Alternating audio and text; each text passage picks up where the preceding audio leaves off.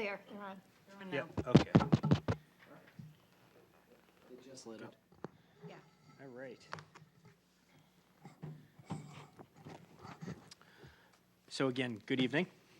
My name is Tim Cummings. I'm the Director of Economic Development for the record, and I am going to help facilitate the first part of tonight's agenda as outlined.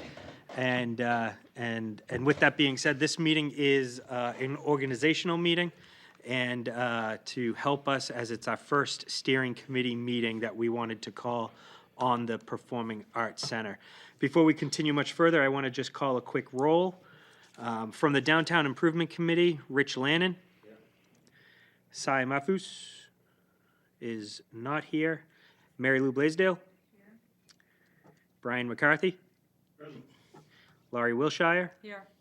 Patricia Klee. Here. Tracy Hatch. Here. Judy Carlson. Here. Tina Cassidy. Here. And Lindsay Rinaldi. Here. Thank you. And then just for the group's edification, the mayor's designee is actually going to be me. I am going to be here on behalf of the mayor when the mayor's not in attendance. And when the mayor is in attendance, he will be the voting member, and I will be administrative staff. So Tim Cummings is present. So with a quorum being established, I wanted to remind the committee as to why we are all here, and I printed out the resolution with our charge.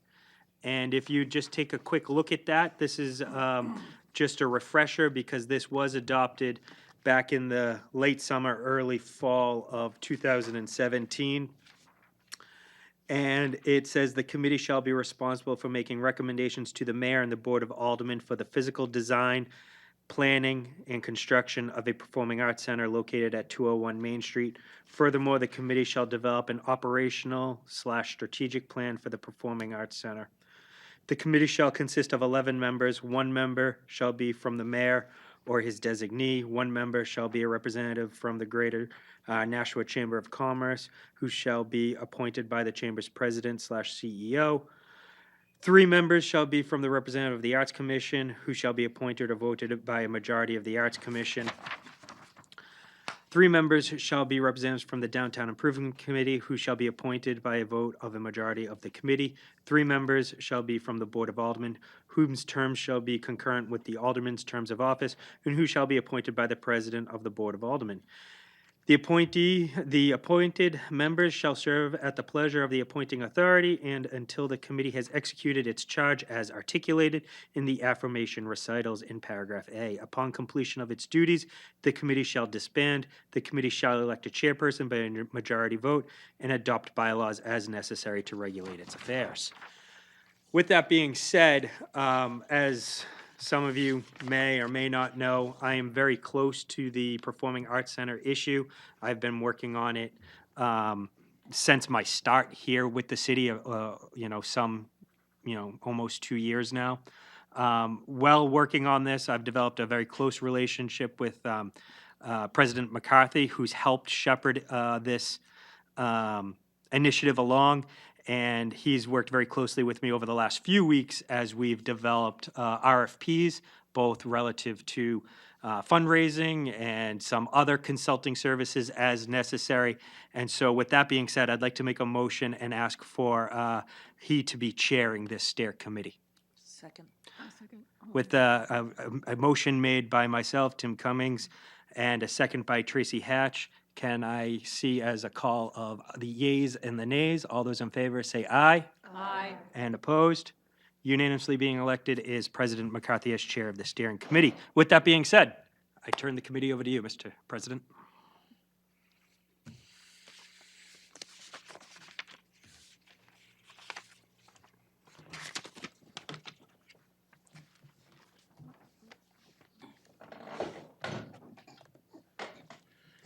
Thank you. Given that there are a lot of people here from various sources on the committee, I think it might be a good idea to just go around and have everybody introduce themselves, because I think I know everybody, but I'm not sure everybody knows everybody. So, Laurie, you want to start? Laurie Wilshire. Alderman Ken Gage, and I work with the state with arts, so I'm not on this committee, but I'm just an observer. Rick Dowd, Alderman Ward 2. I'm not on the committee, but very interested. Alderman Patricia Clee.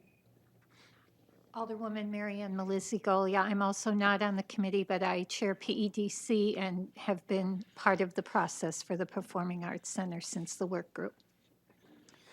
Rich Lannon, Lannon Company, and I own a couple of mixed-use buildings right on Main Street and also on the Downtown Improvement Committee.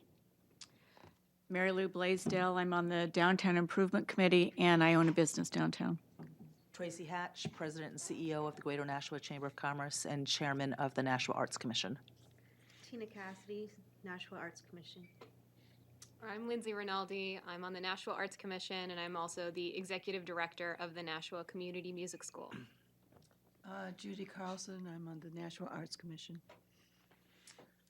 And then, for the record, Tim Cummings, Director of Economic Development. I also have with me, part of my staff, an intern, Matt Downing, who's sitting in the audience, and James Veo of my office here this evening as well. So, as a matter of housekeeping, did you guys want to go over is it a meeting? That's right. Right to know information? And as this may be first time some of you have sat in a public body, what I printed out was some background information that you can take home with you, read at your leisure, which just basically outlines what is a public meeting, the right to know law in general, email communications, public records requests, and whatnot. So I won't go into nauseum on it. At a follow-up meeting, we can have Corporation Counsel Bolton come in if the committee likes, but I did want to provide you this contextual background to help you. I think the general rule is you want to be careful of conversations with more than a couple of members of the committee. So one-on-one, one-on-two maybe is okay. If you start sending emails and they get forwarded to the rest of the committee, we actually do get into trouble with that. So my general rule is try to have the conversations at the committee. It just makes it a lot easier for everybody. So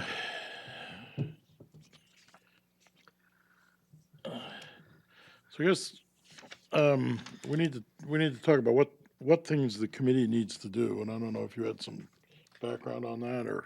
Well, I actually was hoping to start from the last item and work up. Reason being is I wanted to. Okay. And I say that only because I'm pointing out. I want to point out it's a little awkward for us to be around the horseshoe. And the reason for that is because all other rooms were taken at this meeting. So moving forward, I would like to try to schedule this to be in room 208. But I just wanted to make sure that that was the pleasure of the committee and everyone was okay with that. And then to find a time and date that's convenient for everyone is somewhat of a Herculean effort. But So we should take very important. We should turn the agenda over and read upside down. Yeah, that's right. That's right. But nonetheless, I'm happy to go back to item number 4 if you'd like. It was on my mind. Well, Excuse me, Tim, if I could. Just to speak for Cy, talked to Cy for quite a while today, which is also on the committee, as part of the Downtown Improvement Committee. And obviously, like you said, it's whatever everybody here wants for time, which is difficult to get everybody's schedule. If it's in the evenings, and I'm bringing this up because we have a Downtown Improvement Committee tomorrow morning, and he's going to be there, and because if it is going to be evenings is what's going to be best for this whole committee, he will probably not be able to make them, and so there'll be a question whether or not he would step aside and we have somebody else, even though he would love to be on it, and I think he'd be a great asset, especially from his ideas and experience with fundraising and so forth, but evenings will not work, just as a point that he wanted me to bring up. If that's what it is, then we can take that up tomorrow morning's meeting.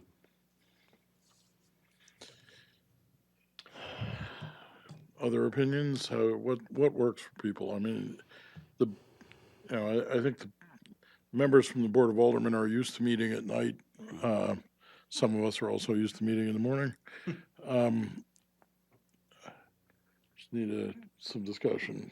I have a much easier time meeting at night from 5 o'clock until, whenever, but day meetings are a little tougher for me, so. Alderman Clee? I'm the same way, especially being a state rep. To be honest with you, Thursdays can be a little on the rough side for me, but evenings would be better. Evenings Tracy. are fine. I'd prefer they not start at 7. No, I close at 4:30 or 5 o'clock. My days often start with 7 o'clock in the morning meetings. Being out from 7 to 9 at night is a little bit more of a challenge. I can do it, but it's more of a challenge.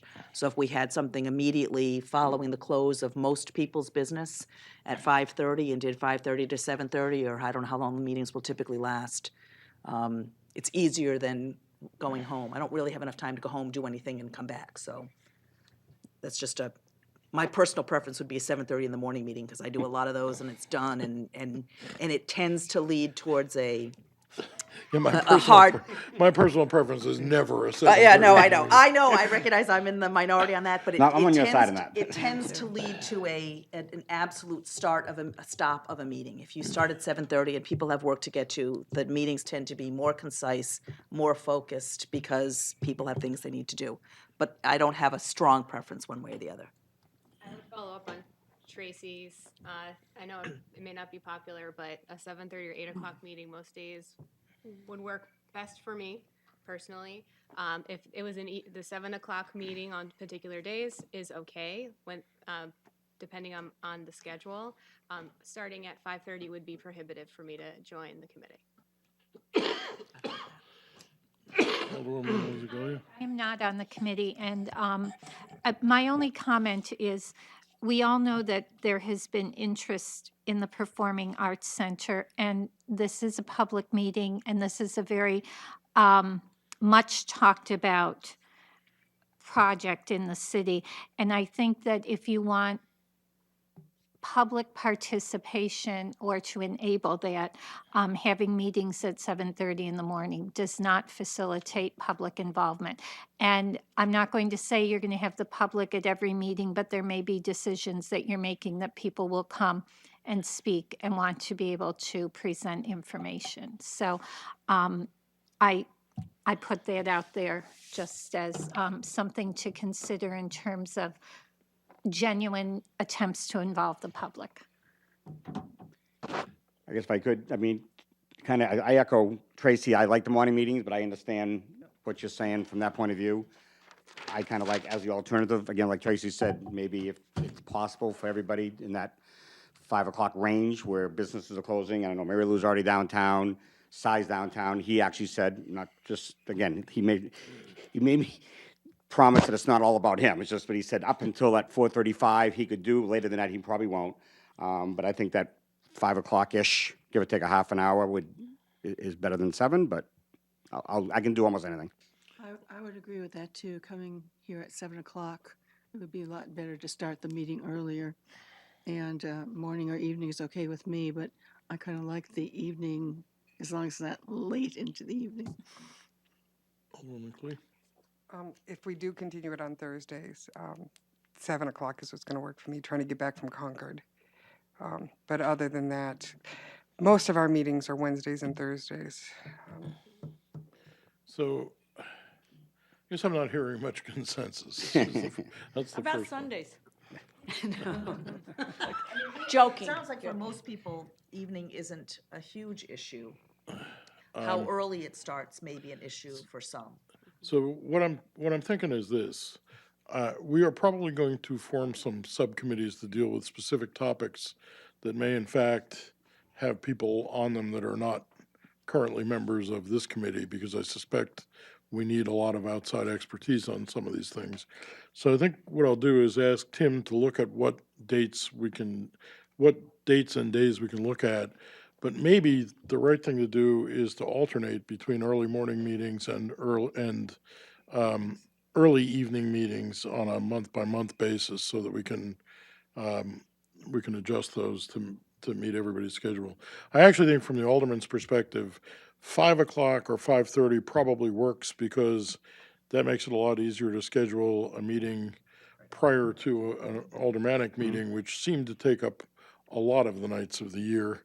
And it also helps to put a cap on the length of these meetings, which may or may not be a good idea. So Excuse me, Brian, or Tim, are you looking at this committee meeting like once a month? And how often are you looking at this committee meeting, I guess? I suspect once a month to begin with.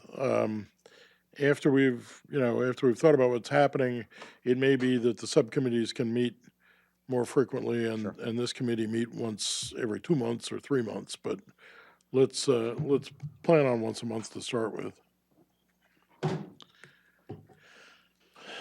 So if I may, Mr. President, what I will do is I will look at morning and evenings as to availability in terms of scheduling, specifically with room 208 in mind. And then my office will put out an online poll to everyone, and we'll see where we can gain consensus. Even to the non-members of the committee who are here this evening, we want this to be as wide-ranging and as inclusive as possible.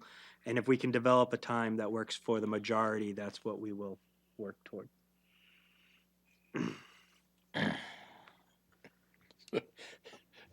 Moving backwards to item 5. I wanted to get the most controversial thing out of the way. Yeah. Well, new business, we don't have any yet, I don't think. So I think item 4, establishment of goals and priorities. So I'll just say this to kick it off. I think the things we've got to look at are the following. One, there will have to be some involvement with fundraising, which I think goes well beyond this committee, but we certainly want to be involved in it. There is the programming of the performing arts space itself that we need to think about, and things like how we're going to run it, what sort of things we're going to get. And I think we have some ideas on that, but we'll have to talk about a couple of things. I think we've talked about having, there's a couple of people that'll come in and talk to us. We're going to see if we can get Duncan to come up and speak with us about it at some point. I think Tim's working on a meeting for that. I think we probably want to have Peter Ramsey from Palace Theater come back down. We may actually want to get the two of them in a room so they can slug it out, because they have different opinions on a couple of things about how the facility would run, and I think we want to hear that. There's the non-performing space. I know we've had discussions of studios and meeting spaces and that sort of thing. I think we need to talk about that, and that I think is one of the areas where we need some help from the outside. I've met a few people in the last few months who have dealt with visual art spaces and that sort of thing, who seem to have a lot of good experience with running such facilities. And I think we'd like to get some of their input involved. Another issue we've had that I think we're going to have to discuss is the main performance space fixed seating, or and this overlaps some of the groups, but basically Duncan's proposal had retractable riser mounted seating. Peter Ramsey from the Palace Theater advises us against that. He says get the most comfortable fixed seating you possibly can, because that makes a big difference in how you get people in and get them to come back. And think about having the meeting space that's flat elsewhere in the facility, and I think we have the space to do that. So that's why I say I think there's a couple of things we need to look at there with the programming. We're going to want to get we actually need to work with the Downtown Improvements Committee over. There are some proposed funding items in Downtown Improvements Committee's budget that may be able to help with bringing an architect on board early to look at some of the plans and some of the other issues that we need to resolve. So I think we're gonna want to do that. You miss anything? Nope. I have a question, Brian. I don't know if this is the time to ask it or not. Do we have to, is it still, as it was in the beginning, raise the endowment dollars before we can move forward with the actual construction of the building? Before we can do So construction, the 4 million, yes. that's still on the table. There is a question of what construction actually means and whether that precludes doing Okay. architectural work, which is why it may make sense to do that with funds that are not out of the bond. Okay. Ms. Hatch. Is this is this committee, does this committee play a role in the RFP process for selecting the fundraising consultant? Yeah, I think so. Yeah, absolutely, Okay. I guess I would point out some of these things overlap with administrative functions, but certainly I think the administration is more than anxious to hear the opinions of the committee on these things. absolutely. If I may, Mr. President? Translation, you don't ever want to make a mistake by yourself. That's exactly what that is. So, just wanted to reiterate what you just said to make sure we have it in the notes, and this is by in no means any particular order, but understanding design, understanding the Performing Arts Center operations along with programming, fundraising, and particularly understanding how to program the open space on the first floor, having a conversation relative to fixed versus non-fixed seating, and again, that all plays into the programming and / operations, which leads me to I spoke to Duncan Webb recently. He is available to come up and meet with us to further have a conversation with us relative to operations and programming. He suggested the first week in April would be best for him. He specifically gave me the dates of April 3rd, 4th, and 5th. He has very limited availability, as some of you may know. He comes up from Manhattan, and so he will be in Fitchburg that week, and so he would like to use his time as efficiently as possible. So if the group desires and they think it's worthwhile, I will continue along that conversation. I think having him here to help kickstart this initiative with us, and we can bounce some ideas off of him, I think that would be very helpful from an organizational standpoint. I will also say a recommendation I would make to this group on the onset is to focus on the operations and the programming.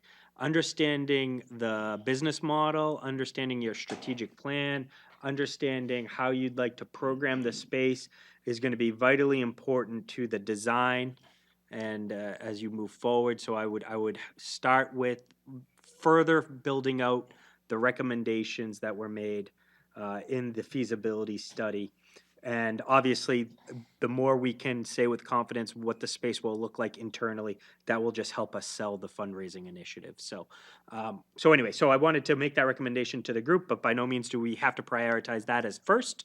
But I do think that it would be my recommendation. Thank you, Mr. President. Alderman McLean? Yeah, two items. One is, will this committee also be responsible for creating the director's position and so on? The governance. It's one of the issues that I had spoken with Mr. Cummings about we need to discuss is governance. And I'll just give you a broad view of some of the discussions. We can create a city position which is actually not recommended by most people. Okay. What Duncan's discussion was create a nonprofit that hires a director who does that. The discussion with Palace Theater was more interesting. Right. They suggest we get a director, but they are also willing to talk with us about being the management entity with a Palace South branch, if you will. Given the discussions we've had with them, I would actually like to explore that in some depth because Mr. Ramsey's enthusiasm for his theater is boundless. That was actually my... Yeah, and while Duncan has told us, we can probably do this X number of nights, Palace says they have, 40 dark nights a year? 40, yeah, out of the entire year. I know. And, he sees no reason we can't have similar success. And the other comment I wanted to make was, I did go up and meet with Mr. Ramsey, and he said anybody who wanted to come up from this committee, and he will show you around and talk to you about how their organization is run, as well as any of the aldermen that want to go up. He's more than happy, and he took me around to the back, to the basement, to the operations and everything. It was quite interesting. Tim? If you'd like me to arrange a group tour for everyone, if there's an interest, I think it would happy be to Yeah, do that. and I think it would be a great idea. I think when you look, not even just at the theater itself, but at the area around it, Oh, yes. apparently the owner of the restaurant across the street has invested on the order of $3 million in renovating the property in the last year.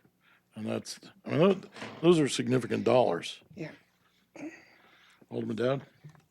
A couple things. First, getting to where we are right now was a huge, huge step. There was some people that didn't particularly like the idea of an arts center, another group that is waiting to see what happens and making sure it doesn't fall flat. So we were presented a sort of a milestone chart. And I think this committee has to determine two things. Which things on that milestone chart are this committee gonna drive? And where do they need outside help to drive some of the other things? And ensure that this committee and the subcommittees meet in such a manner as to make that milestone chart flow correctly. If it doesn't, one of two things will happen. This will never happen, or it'll be delayed so long that it'll become a real issue. So I think the more focused you can be on that milestone schedule and making things happen on time will make the project go a heck of a lot smoother. Judy? I think that's a very, very important point, and I think when you start any major project like this, especially when there's fundraising involved, and after some of the comments we've heard through the whole process of getting here, to have the strategic plan and the business plan nailed down with the milestones is like job one, so we can move on to the fundraising, because you don't get major fundraisers supporting you unless they can look at what your plan is. And then you can dispel any of the naysayers that there isn't a real plan in place. So I think that's key. Tracy? Is it the intent that this committee becomes the capital campaign committee and does the fundraising?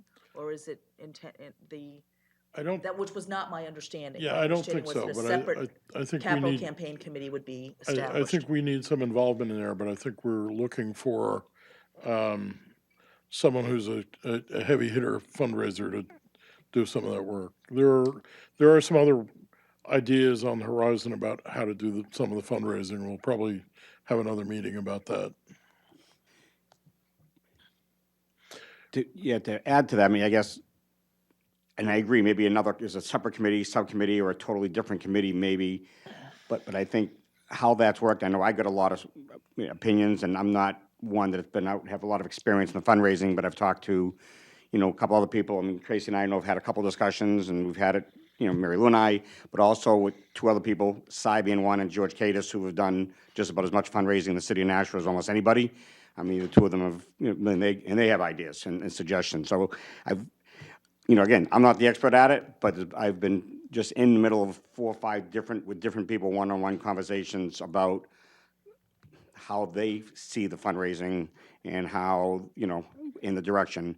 And just, I know we're not getting to fundraising specifics tonight probably, but I agree with the few people that I've talked with that to hire a fundraiser is important, a consultant, whatever you want to call that person, but to hire that fundraising consultant to actually do it and end up, I don't know what the fees are, but, putting out 5 or 10% of $4 million is not what a few people support whatsoever. Putting out 5% of $4 million is certainly better than saving 5% of $200,000. We need to hit the goal on that, and if it costs us some money to do that, I think that is absolutely a good investment.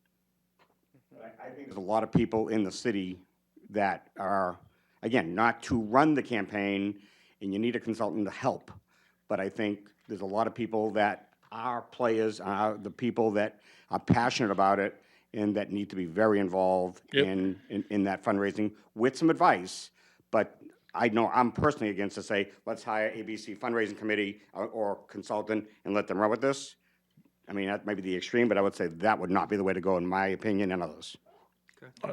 I guess, I mean, I have heard that opinion. I've also heard from other people that's the only way it's ever going to really succeed is with professional fundraisers. Tracy? Just as someone who's done it professionally, typically the consultant helps with the background information, helps you organize everything, helps design and provide the materials that are used, but the actual ask, the actual fundraising requests are done by members of the community, not by the professional. The professional I would 100 typically is there to provide that support, but it would be not necessarily this committee, but the equivalent of people you've spoken of who would be doing the actual ask. That's my experience in 20-something years of doing it. And I would agree with that. Sorry. Alderman Dowd? If I'm wrong, but I think when it comes to the fundraising, I think the city's probably not going to be directly involved, from what I've heard. And you're going to need somebody that can set this up, do it right, and you're going to have to establish an account somewhere that can be audited, and because you're going to be raising $4 million or more dollars, and it should be somewhat associated with the arts. But that all needs to be established fairly quickly. If we're going to raise $4.5 million, we can't wait 2 or 3 months to make that decision and then collect the money over the next year and a half. That's just going to take too long. Raising significant money in a relatively short period of time requires somebody that knows how to do that. And as I said, I don't think the city's going to be involved. The money's not going to go into any city accounts. Correct me if I'm wrong. Correct. Because I don't think you can. We have to sort of Suspect keep a we can little create bit a away from special it. revenue fund that would be ultimately donated to wherever the final place of it is. But, I mean, the city has the right to accept gifts,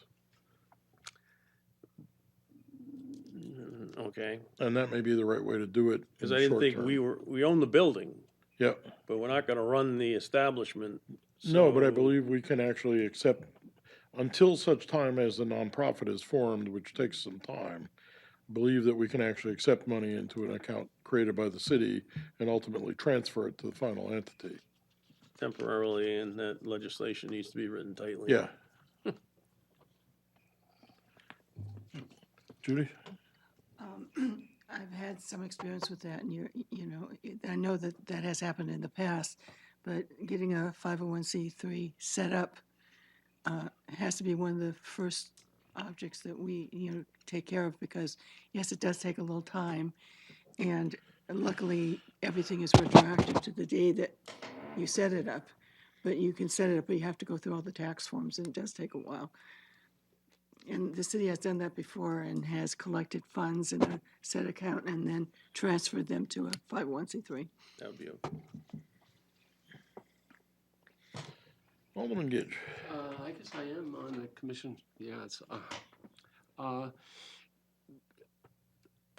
Jeff Bezos and Bill Gates should be approached because Bill Gates has given an enormous amount of money to schools and to the arts here.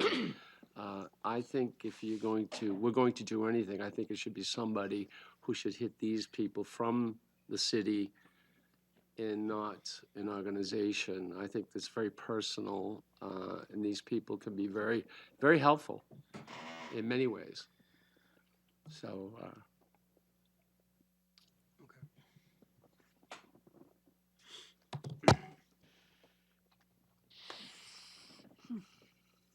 Mr. Cummings? Thank you. So I really appreciate hearing all this feedback this evening. One of the reasons why I was really hoping to have this meeting was to start fleshing out some of these ideas, and hopefully my office and we can help develop the consensus necessary. But we really are looking for this evening as organizational. So this type of dialogue, I hope it continues, and we'll start to organize, you know, and hear from you as to which is the best way to execute.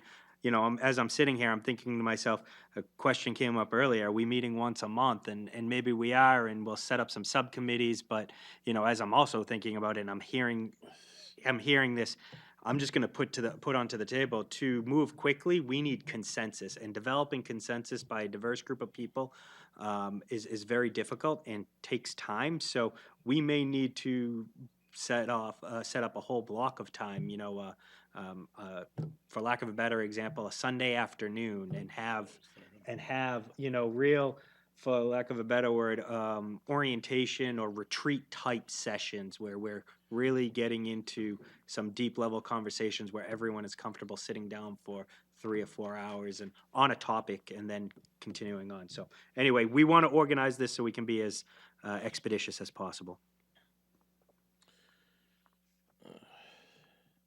Anything else we need to talk about tonight? No, Mr. Chairman.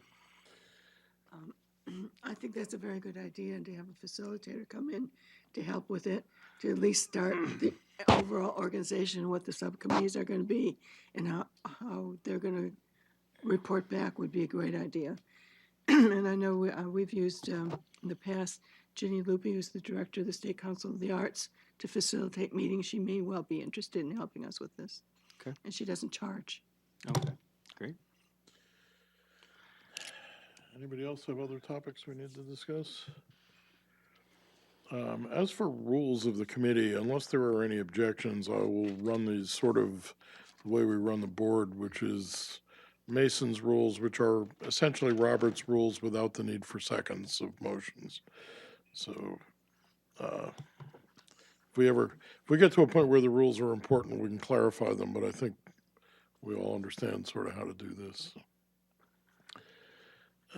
With that said, if there's no further discussion, is there a motion? Well, just one quick reminder, I'm going to be sending an email out looking for consensus on when to have some of these meetings, but working on a very limited schedule with Duncan Webb that first week in April we'll be trying to reconvene.